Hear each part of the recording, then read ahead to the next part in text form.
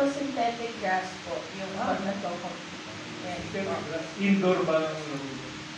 Yung highest level po of paddle usually indoors, pero may mga tournaments din po na outdoor. Yung Asia Pacific Paddle Tour po iba-iba rin, depende po sa location, sometimes indoor, sometimes outdoor po. Attorney, tanong ko lang, natin sports, for our enlightenment lang, parang nakita ko na you're head of the public-private partnership, something, and reclamation. Yung positions na yun, what do they entail? Brief nila. And meron bang connection niya na magbe-benefit ang sports kung sakasakali yung future? Well, I'm no longer connected to the Philippine Reclamation Authority. Last November pa. Public-private partnership is my advocacy.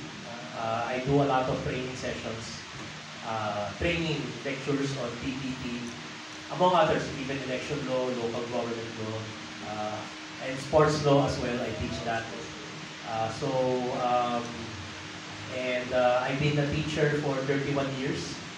So PPP, sports law, local government law are some of the subjects that I teach.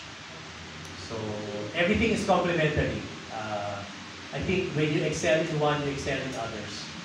When you learn in one, you learn in other fields. So yun po ang aking paniniwala. Thank you. Thank you.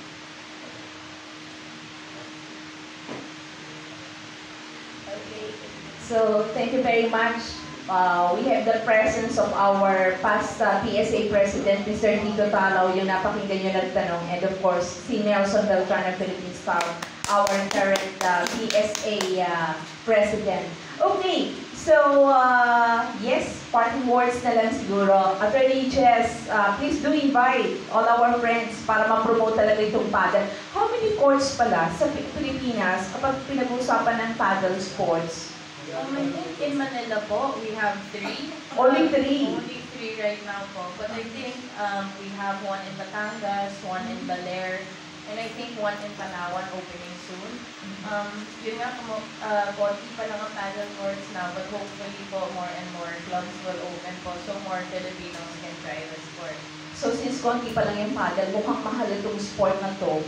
Right now po, I think in comparison po to tennis and pickleball, medyo mas mahal po siya kasi konti pa lang. But hopefully nga po, the more courts we have, then mas accessible na din po siya sa atin. Pero definitely, sakto to sa mga Pilipino. Sa physique ng mga Pilipino. Yes po. I think I mentioned also the other day po na wala pong specific physique din po ang paddle. Very mental, tactical.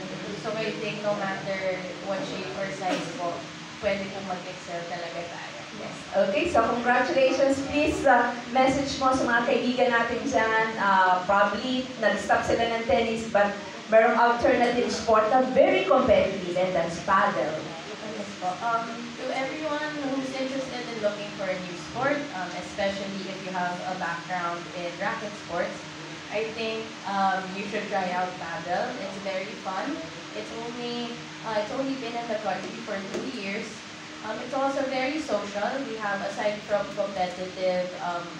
competitions nationally and internationally, we also have a lot of social events, ladies' night, mixed social. So it's not only for the competitive, but people who just want to have fun as well. So I encourage everyone to try the sport out.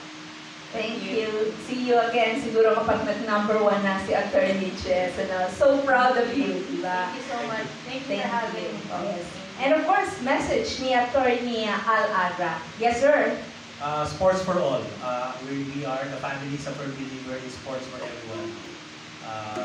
And here, I'm also a firm believer that sports has a noble purpose for development and peace. So let's all take up sports. Let's all be part of sports. And we're very thankful, the Agra family is very thankful that we've given myself and my daughter this opportunity to share our respective journeys. And hopefully, we will be part of your journeys as well in terms of promoting excellence and well-being. Maraming salamat po muli sa Philippine Sports Writers Association. Iyon, maraming salamat po, attorneys, no? Al Agra and Attorney Jessica, no? At you inspire us really, no? Inspire us really, no end dahil sa inyong mga endeavor sa sports. Maraming salamat po. This is your PSA Sports for until next time here. Same time, same place. God bless everyone.